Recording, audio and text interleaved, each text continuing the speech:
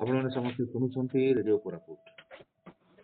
ତେବେ ଗତକାଲି କୋରାପୁଟର ସରକାରୀ ମହାବିଦ୍ୟାଳୟର ପରିସର ମଧ୍ୟରେ ସରକାରୀ ମହାବିଦ୍ୟାଳୟ ଏବଂ କୋରାପୁଟ ଫାର୍ମର୍ସ ଆସୋସିଏସନର ମିଳିତ ଆନୁକୂଲ୍ୟରେ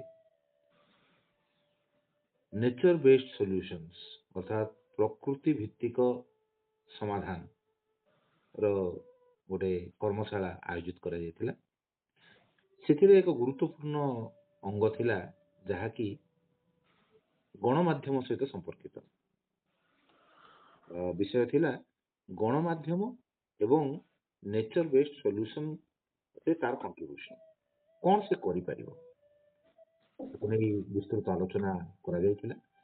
ତେବେ ସେଇ ଆଲୋଚନାଟିକୁ ଆମେ ବର୍ତ୍ତମାନ ରେଡିଓ କୋରାପୁଟର ଶ୍ରୋତାଙ୍କ ପାଇଁ ଆମେ ଅନୁରୋଧ କରିଥିଲୁ କେନ୍ଦ୍ରୀୟ ବିଶ୍ୱବିଦ୍ୟାଳୟର ପ୍ରଫେସର ଡକ୍ଟର ସୌରଭ ଗୁପ୍ତାଙ୍କୁ ଯେ ସେ ଏ ବିଷୟରେ ଆମକୁ ଜଣାଇବେ, ଆମ ସହିତ କଥାବାର୍ତ୍ତା କରିବେ।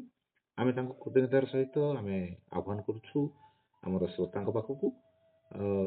ସୌରଭ ଗୁପ୍ତାଜୀ, ଆପଣଙ୍କୁ ଆମେ ସ୍ୱାଗତ କରୁଛୁ ଏବଂ ଆମେ ଜାଣିବାକୁ ଚାହିଁବୁ ଆପଣ ଯୋଉ ଆଭିମୁଖ୍ୟ ରଖିଥିଲେ ଗଣମାଧ୍ୟମ ଏବଂ ନେଚର ବେସ୍ଡ ସଲ୍ୟୁସନ୍ସ ଉପରେ, ତାହା କ'ଣ ଥିଲା? Thank you, Santakar ji. I welcome all the listeners of Radio Koraput. Nature-based solutions. ମାନେ ଏଇ ଯୋଉ ନାଁଟା ଆପଣ ସଠିକ କହିଛନ୍ତି ଯେ ପ୍ରକୃତିର ସମାଧାନ। ଆକ୍ଚୁଆଲି ଆମ ଜୀବନରେ ଯେତିକି ସମସ୍ୟା ଅଛି ସବୁ ସମସ୍ୟାର ସମାଧାନ ପ୍ରକୃତି ଆମକୁ ଦେଇଛନ୍ତି, କିନ୍ତୁ ସମସ୍ୟା ହଉଛି ଯେ ବିଜ୍ଞାନ ଏବଂ ପ୍ରଯୁକ୍ତିର ଯୋଉ ବ୍ୟବହାର ସେଇଟା ଆମେ ଠିକ ଭାବରେ ନ କରିକି ତାକୁ ଗୋଟେ କମର୍ସିଆଲ ଭାବରେ ବ୍ୟବହାର ହେଇଛି, ସେଇଥିପାଇଁ କିଛି ସମସ୍ୟା ପଳେଇ ଆସିଛି। ସଭ୍ୟତାର ଗୋଟେ ସଙ୍କଟ। ଏଇ ପରିସ୍ଥିତିରେ ୟୁନାଇଟେଡ ନେସନ୍ସ ଗୋଟେ ଭୂମିକା, ସେମାନେ ସଦର୍ଥକ ଭୂମିକା ନେଇଛନ୍ତି। Inter governmental panel on climate change, ତାପରେ ୟୁନାଇଟେଡ ନେସନ୍ସ ଏନଭାୟରମେଣ୍ଟ ପ୍ରୋଗ୍ରାମ, ଏମାନେ କହୁଛନ୍ତି ଯେ ଗୋଟେ ଏମର୍ଜେନ୍ସି ସିଚୁଏସନ ବର୍ତ୍ତମାନ ଚାଲିଛି। ଯୋଉ ହ୍ୟୁମାନ ଆକ୍ଟିଭିଟିଜ ଗୁଡା ଏଗୁଡା ହଉଛି ସବୁ ଅନସଷ୍ଟେନେବଲ, ମାନେ फार्मिंग, माइनिंग, इंडस्ट्री, इंफ्रास्ट्रक्चर, ଏଇ ସବୁ ଜିନିଷ ଯାହା ଯୋଉ ପ୍ରକାର କାମ ଚାଲିଛି ବର୍ତ୍ତମାନ ଆମର ଇକୋସିଷ୍ଟମ କୁ ଥ୍ରେଟେଣ୍ଡ କରିଦେଇଛନ୍ତି। ଅର୍ଥାତ୍ ଗୋଟେ ବିପନ୍ନ ଇକୋସିଷ୍ଟମ ଭିତରେ ଆମେ ରହୁଛୁ। ଆଉ ଆମର ଯୋଉ ପୃଥିବୀର ଯୋଉ ବୈଚିତ୍ର୍ୟ, ଜୈବ ବିବିଧତା, ବାୟୋଡାଇଭର୍ସିଟି, ସେଇଟା ବିପନ୍ନ ହେଇଛି। ତ ଏଇ ଟୋଟାଲ ଜିନିଷଟା ମିଶେଇକି ଗୋଟେ କ୍ଲାଇମେଟ କ୍ରାଇସିସ ର ସିଚୁଏସନ ତୈୟାରୀ ହେଇଛି। ଆଉ ଆମ ପାଖରେ ସମୟ ବି ନାହିଁ ବେଶୀ ଏଟାକୁ କଣ୍ଟ୍ରୋଲ କରିବା ପାଇଁ, ମାତ୍ର 10 ବର୍ଷ ସମୟ ଅଛି। ତ ଏଇ ପରିସ୍ଥିତିରେ ନେଚର ବେସ୍ଡ ସଲ୍ୟୁସନ କୁ ଗୋଟେ ସମାଧାନ ଭାବରେ ଆମେ ଦେଖୁଛେ। ଅର୍ଥାତ୍ how to protect, sustainably manage and restore natural and modified ecosystem that address societal challenges effectively. Nature-based solutions projects of high quality and integrity, it can do mitigation up to 10 gigatons of carbon dioxide per year. অর্থাৎ ଆମ ପରିବେଶକୁ ଗୋଟେ ଶୁଦ୍ଧିକରଣ କରିପାରିବ। Nature based solution ଅର୍ଥାତ୍ ପ୍ରକୃତିରେ ହିଁ ସେଇ ସମାଧାନଟା ଅଛି। ଏଇ ସମାଧାନକୁ ବ୍ୟବହାର କରିବା ପାଇଁ ବିଶ୍ୱର ସବୁ ଦେଶ ସେମାନେ ପ୍ୟାରିସ କ୍ଲାଇମେଟ ଏଗ୍ରିମେଣ୍ଟ କରିଛନ୍ତି। କିନ୍ତୁ ଏଇ ବିଷୟଟା ଯେହେତୁ ତା ଭିତରେ ବିଜ୍ଞାନ ଜଡିତ ଅଛି, ତା ଭିତରେ ଏଗ୍ରିକଲଚର ଜଡିତ ଅଛି, ଏଇଟା ଗୋଟେ ସ୍ପେଶାଲାଇଜ୍ଡ ସବଜେକ୍ଟ ହେଇଯାଉଛି। ସମସ୍ତଙ୍କର ଜାଣିବା କଥା ନୁହେଁ, କିନ୍ତୁ ସମସ୍ତଙ୍କର ଜାଣିବା ଦରକାର। ତ ସେଇଥିପାଇଁ ମିଡିଆର ଭୂମିକାଟା ପଳାଇ ଆସୁଛି ଏଇଠି। ଆଉ ଚ୍ୟାଲେଞ୍ଜ ପ୍ରବଳ ଅଛି। ତାର କାରଣଟା ହଉଛି ଯେ କ୍ଲାଇମେଟ ଏମିତି ଗୋଟେ ବିଷୟ ଯୋଉଟା କି ଭୌଗୋଳିକ ସୀମା ସହିତ ଯୁକ୍ତ। ମାନେ ୟୁରୋପିଆନ କଣ୍ଟ୍ରିଜରେ ଗୋଟେ ପ୍ରକାରର ଚ୍ୟାଲେଞ୍ଜେସ୍ ଅଛି, ଏସିଆନ କଣ୍ଟ୍ରିଜରେ ଆଉ ଗୋଟେ ପ୍ରକାରର ଚ୍ୟାଲେଞ୍ଜେସ୍ ଅଛି। तो मीडिया रो चैलेंज टा आहुरी बेसी एइथिपाई तार कारण होची गोटे कठिन विषय जा भितरे विज्ञान जड़ित सेटाକୁ ସହଜ ଭାବରେ କେମିତି ଉପସ୍ଥାପନା କରିପାରିବେ। ଆମମାନେ ସମସ୍ତେ ଜାଣିଛୁ ଯେ ମିଡିଆର କିଛି କିଛି ବେସିକ କିଛି ଭୂମିକା ଅଛି। Media gives us information, knowledge, awareness अर्थात सचेतनता, कॉन्शियसनेस चेतना। मीडिया द्वारा ह्यूमन डेवलपमेंट मानविक विकास हुए। मीडिया गोटे स्ट्राटेजी गोटे परिस्थिति को केमिति आमे कंट्रोल करि परिबा ता भितरे विभिन्न प्रकार स्ट्राटेजी थाए। ता भितर मीडिया गोटे आ मीडिया गोटे कैटालिस्ट मध्य अर्थात गोटे एक्टिविटी को केमिति त्वरान्वित करा जाई पारे। मूलतः मीडिया माध्यम रे आमे लोकन को जणाइबा जे नेचर बेस्ड सॉल्यूशन होची भारी चमत्कार गोटे समाधान क्लाइमेट क्राइसिस समस्त सेटा को एडॉप्ट करंती। तो आमे देखुचे जे विभिन्न प्रकार मीडिया अछि, प्रिंट मीडिया अछि, इलेक्ट्रॉनिक मीडिया अछि, इंटरनेट बेस्ड मीडिया अछि, कम्युनिटी मीडिया अछि, ट्रेडिशनल मीडिया अछि। ताले को मीडिया को प्रकार काम करिवो एठी गोटे बहुत बड़ चैलेंज होची जे हमर जो मेन स्ट्रीम अर्थात जोटा पॉपुलर मीडिया अर्थात टेलीविजन न्यूज़पेपर एगुड़ा सबू गोटे व्यवसाय रे परिणत होईची। अर्थात जदि विज्ञापन न मिलिबो ए सब बंद हेई जिवो। सेति पई जो संस्था विज्ञापन दउची सरकार विज्ञापन दियंती, कॉर्पोरेट संस्था विज्ञापन दियंती। तो संवाद पत्र आ टेलीविजन सेही सबू तांकर ही जो इश्यू गुड़ा अछि सेटा को हाईलाइट करंती। क्लाइमेट विषय रे तांकर किछु मुंड व्यथा नाही। ताहले आमे टिके देखिबा जे इंटरनेट बेस्ड मीडिया जोटा कि आजिकली बहुत पॉपुलर हेइची। ए इंटरनेट सहजलभ्य हेई जाइची। आज समस्तंकर हाथ रे गोटे गोटे स्मार्टफोन अछि।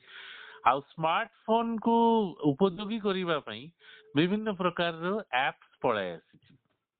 आ सेही एप्स आ स्मार्टफोन को व्यवहार करिकी गोटे नुआ मीडिया तैयारी हेइची जहा भितरे अग्रगण्य होची पॉडकास्ट।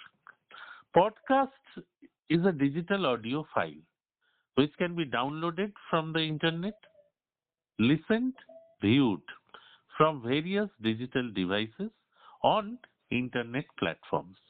अर्थात गोटे इंटरनेट रो सुविधा दरकार जोगाजोग कनेक्शन जदि हमर अछि गोटे इंटरनेट प्लेटफॉर्म रे अपलोड हेई कि रहिबो गोटे कंटेंट ता सेटा ऑडियो भी हेई पारे, विजुअल भी हेई पारे, ऑडियो विजुअल भी हेई पारे। सेटा को हमें सुनिबा हमें देखिबा के सेटा को अपलोड करूची जने व्यक्ति जा मुंडरे किछु आइडियाज अछि जा भीतर सृजनशीलता अछि।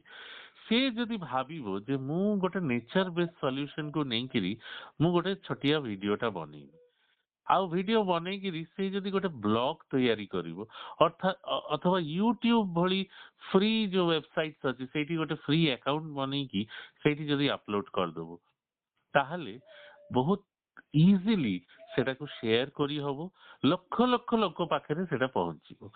आजिकली आमे देखुछु जे जेते एनजीओज अछंती इवन सरकार मध्य सरकारी संस्था जो माने एनवायरनमेंट सेक्टर रे काम करूचंती समस्तंकर वेबसाइट रे गोटे पॉडकास्ट सेक्शन रही जाउची।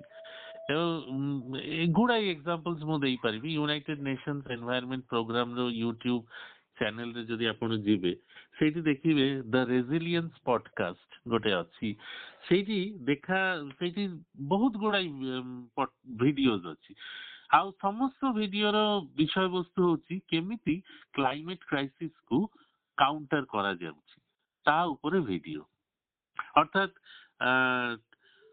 resilience podcast how innovation is tackling climate change how youth are leading to climate action युव समाज केमिति काम करूछथि विभिन्न प्रांत रे हम विश्वर ता ऊपर काम होईछि विभिन्न देश रे कोन चलीछि नेचर केमिति हील करि पारिबो लोकन को मु किछि उदाहरण दउछि आउ गोटे अछि चैंपियंस ऑफ द अर्थ एटा आउ गोटे सेक्शन पॉडकास्ट रो सेनी हम देखुछे जे माधव गैडगिल भली एनवायरमेंटल एक्टिविस्ट मान को हाईलाइट करा जाउछि हम କୋରାପୁଟରେ ବି ରାଇମତୀ ଘୁରିଆ ଭଳି ଲେଡି ଅଛନ୍ତି ଯୋଉମାନେ ମିଲେଟ୍ସ ଉପରେ କାମ କରୁଛନ୍ତି। ତ ଚାମ୍ପିୟନ୍ସ ଅଫ ଦ ଆର୍ଥ ମାନେ ସବୁ ଜାଗାରେ ବିଭିନ୍ନ ଲୋକମାନେ କାମ କରୁଛନ୍ତି, ତାଙ୍କର ପ୍ରଚେଷ୍ଟାଟାକୁ ହାଇଲାଇଟ କରିବା ଦରକାର, ଆଉ ଏଇ ପଡକାଷ୍ଟ ମାଧ୍ୟମରେ କରିବା ଦରକାର। ଫାର୍ମ ରେଡିଓ ଅଛି, ଫାର୍ମ ରେଡିଓରେ ବିଭିନ୍ନ ପ୍ରକାରର ପଡକାଷ୍ଟିଂ ହଉଛି, ତାଙ୍କର ୱେବସାଇଟରେ ବିଭିନ୍ନ ପ୍ରକାରର ବିଷୟ ଅଛି। ତାପରେ ଡକୁମେଣ୍ଟାରୀ ଫିଲ୍ମସ, ଏଇଟା ଆଉ ଗୋଟେ ମାଧ୍ୟମ। ଓଟିଟି ପ୍ଲାଟଫର୍ମ, ଆଜିକାଲି ଆମେ ସମସ୍ତେ ସବସ୍କ୍ରିପସନ କରୁଛେ। ନେଟଫ୍ଲିକ୍ସ ଗୋଟେ ବହୁତ ଜନପ୍ରିୟ ଓଟିଟି ପ୍ଲାଟଫର୍ମ।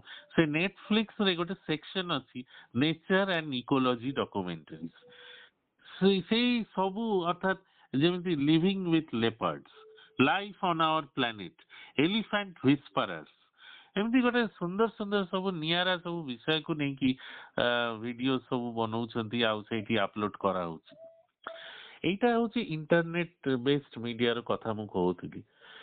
ଯୋଉ ଜାଗାରେ ଇଣ୍ଟରନେଟ ନାହିଁ, ଇଲେକ୍ଟ୍ରିସିଟିର କିଛି ସମସ୍ୟା ଅଛି, ସେଇ ଜାଗାରେ ଆମେ କଣ କରିବା?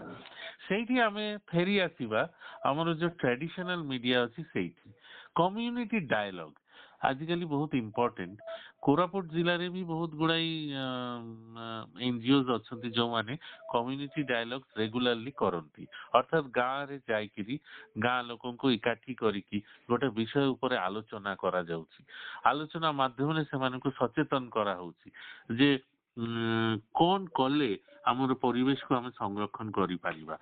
ଏଇ ଯୋଉ ଇଣ୍ଟରପର୍ସନାଲ ଗ୍ରୁପ କମ୍ୟୁନିକେସନ, ଅର୍ଥାତ୍ ଗୋଟେ ଆତ୍ମୀୟତା ବୋଧ ଆଉ ମଣିଷ ସହିତ ମଣିଷଙ୍କର ଡାଇରେକ୍ଟ କନେକ୍ସନ, ଏଇଟା ବି କମ୍ୟୁନିକେସନର ଗୋଟେ ବହୁତ ଭଲ ମିଡିୟମ।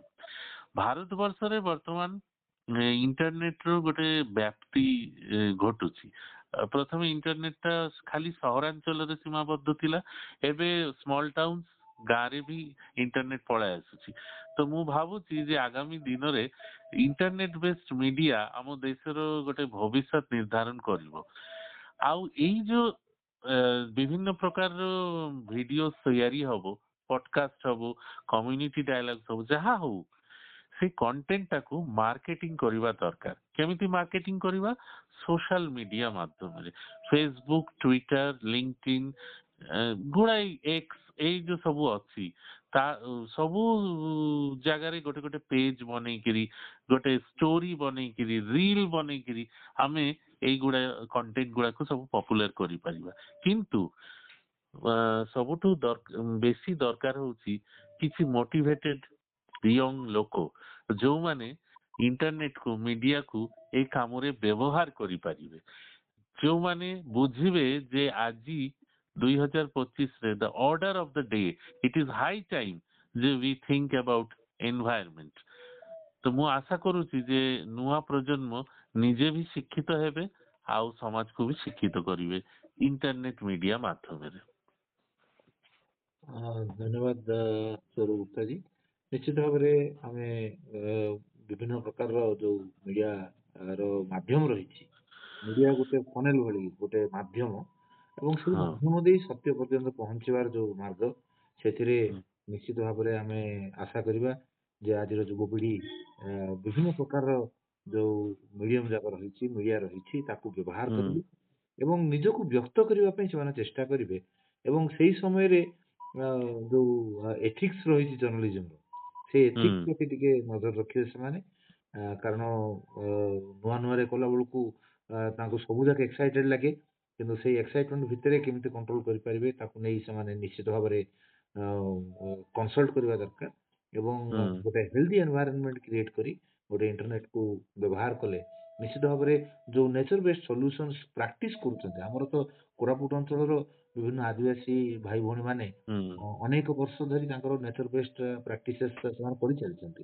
ତେଣୁ ସେଗୁଡ଼ିକୁ କିପରି ଭାବରେ ଆଉ ଟିକେ ଅଧିକ ଭାବରେ ଡକୁମେଣ୍ଟ କରିହବ, ସେମାନଙ୍କର ସେଇ ସତ୍ୟକୁ କେମିତି ଲୋକଲୋଚନକୁ ଆଣି ହବ, ଯାହା ଫଳରେ ନେଚର ବେସ୍ଡ ସଲ୍ୟୁସନ୍ସ ପ୍ରତି ଲୋକଙ୍କର ଆସ୍ଥା ବଢିବ ଏବଂ ତା ପ୍ରତି ଆଗ୍ରହ ବଢିବ। ତାପରେ ସେଇ କ୍ଷେତ୍ରରେ ନିଶ୍ଚିତ ଭାବରେ ମିଡିଆ ଅତି ସୁନ୍ଦର ଭାବରେ କାମ କରିପାରିବ। ଆପଣଙ୍କ ପାଖରେ କୃତଜ୍ଞତା ଜଣାଉଛୁ ଏଇ ସୁନ୍ଦର ବକ୍ତବ୍ୟ ନିମନ୍ତେ। ପୁଣି ଥରେ ସମସ୍ତ ଶ୍ରୋତାଙ୍କ ପାଖରେ କୃତଜ୍ଞତା ଜଣାଇ ରହୁଛୁ। ତେବେ ନମସ୍କାର। ନମସ୍କାର, ଶୁଭରାତ୍ରି।